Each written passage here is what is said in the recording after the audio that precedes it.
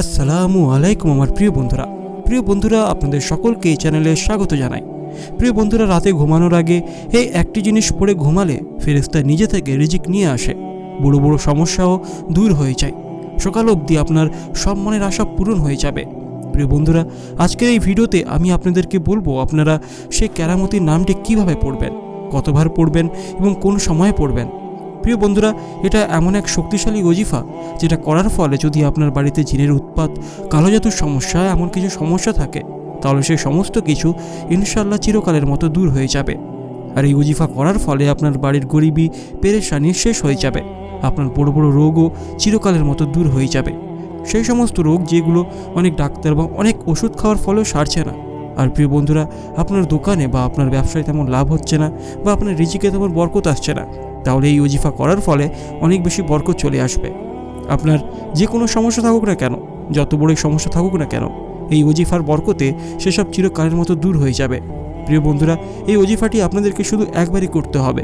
আপনি চাইলে আজও এই ওজিফাটি করে নিতে পারেন বা আপনি চাইলে 2-3 দিন পরেও এই ওজিফাটি করতে পারেন। যে কোনো দিনেই আপনি এই ওজিফাটি করতে পারবেন। আপনাকে এই ওজিফা শুধুমাত্র একবারই করতে হবে। আর প্রিয় বন্ধুরা, আপনারা এই ওজিফাটি দিনেও করতে পারেন বা রাতেও করতে পারেন। আপনি এই ওজিফা ফজরের নামাজের পরেও করতে পারেন, জোহরের নামাজের পরেও করতে পারেন, আসরের নামাজের পরেও করতে পারেন। এছাড়াও আপনি যে কোনো নামাজের পরেই এই ওজিফা করতে পারবেন। যদি বন্ধুরা আপনাদের দিনের সময় না থাকে তাহলে রাতেও এই ওজিফা করতে পারবেন। এই ওজিফাটি করার ফলে আপনাদের উপকার আর উপকারই হবে, কোনো ক্ষতি হবে না। আর প্রিয় বন্ধুরা, আপনার দোকানে বা আপনার ব্যবসায় তেমন লাভ হচ্ছে না বা আপনার রিজিকে তেমন বরকত আসছে না, তাহলে এই ওজিফা করার ফলে অনেক বেশি বরকত চলে আসবে। আপনার যে কোনো সমস্যা থাকুক না কেন, যত বড় সমস্যা থাকুক না কেন, এই ওজিফার বরকতে সেসব চিরকালের মতো দূর হয়ে যাবে। এই ওজিফাটি করার ফলে আপনাদের উপকার আর উপকারই হবে, কোনো ক্ষতি হবে না।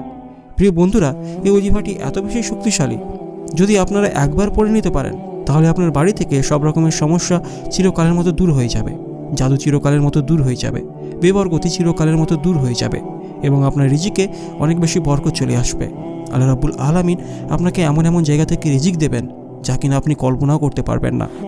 আপনার বাড়িতে এমন এমন জায়গা থেকে রিজিক আসবে যা আপনি দেখেই অবাক হবেন।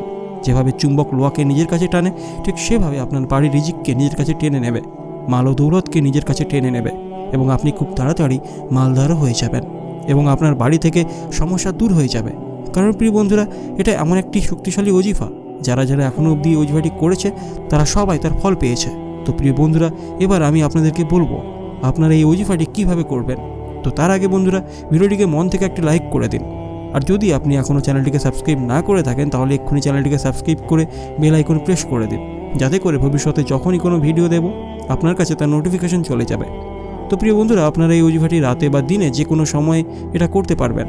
মনে রাখবেন, যখন আপনারা এই ওজিফাটি করবেন তখন যেন অবশ্যই পাক পবিত্র থাকেন, পাকসাপ না হয়ে এই ওজিফাটি ভুলেও করবেন না এবং ভালোভাবে উজু করে একটা নিরিবিলি স্থানে বসে পড়বেন। এমন জায়গা বেছে নেবেন যেখানে কিনা আপনাকে বিরক্ত করার মতো কেউ না থাকে, কেউ না যেন আপনার সাথে কথাও না বলতে পারে, এমন জায়গা বেছে নেবেন।